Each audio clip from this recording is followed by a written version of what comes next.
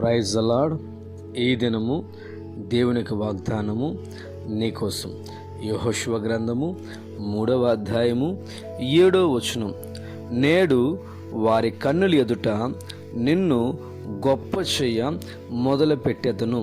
ప్రభువారు యెహోషువతో మాట్లాడుతూ, యెహోషువ, నేను మోషేకు తోడైనట్లుగా నీకును తోడై ఉంటాను. ఇశ్రాయేలు ప్రజలందరి ఎదుట నిన్ను గొప్ప చేయడం ప్రారంభిస్తాను అని దేవుడు యెహోషువతో మాట్లాడినట్లుగానే యెహోషువ అనే దేవుడు గొప్ప చేయడం ప్రారంభించారు. యెహోషువ ప్రయాణాల్లో ఎన్నో ఆటంకాలు ఎదురైనప్పుడు యెహోషువ ప్రార్థన చేసినప్పుడు దేవుడు అద్భుతములు జరిగించాడు. అద్భుతములు ప్రభు ఎప్పుడు జరిగించారు? ఇశ్రాయేలు ప్రజలందరూ కూడా యెహోషువను చూసి ఆశ్చర్యపోయాడు. యెహోషువ దేవుడు తోడై ఉన్నాడు కదా, అందుకే సూర్యచంద్ర నక్షత్రం ఆపగలిగాడు అని దేవుడు గొప్పతనాన్ని తెలుసుకున్నారు. యెహోషువను గౌరవించడం ప్రారంభించారు.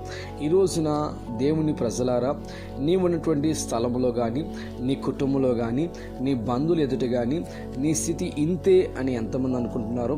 ఇంకా నీ జీవితం మారదు అని కొన్నిసార్లు నీకు నీవే ఒక ఆలోచన కలిగి ఉన్నావా?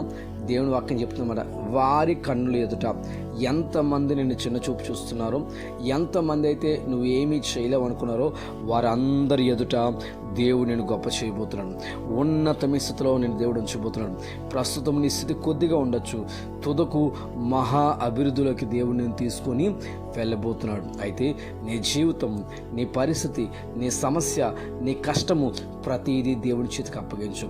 యెహోవా ఈరే అని దేవుడికి అప్పగించు. అనేకులు ఎదుట దేవుడు నేను గొప్ప చేయబోతున్నాడు. దేవుడి బిడ్డ విశ్వసించు. ఈ వాగ్దానం వింటుని కానీ దేవుని కుటుంబంలో కార్యం జరిగించబోతున్నాడు. ఈ వాగ్దానం వింటుని కానీ, ఈ మాట వింటుని కానీ నీ కుటుంబంలో దేవుడు గొప్ప చేయడం ప్రారంభిస్తున్నాడు. నీ బిడ్డలను ఉన్నతంగా దేవుడు ఉంచబోతున్నాడు. నీ కుటుంబాన్ని ఉన్నతంగా ఉంచబోతున్నాడు. నీ ప్రతి పరిస్థితి దేవుడు మార్చిపోతున్నాడు. నమ్ము, విశ్వసించు. ఈ వాగ్దానము నీ జీవితంలో దేవుడు నెరవేర్చునుగాక. ఆమేన్.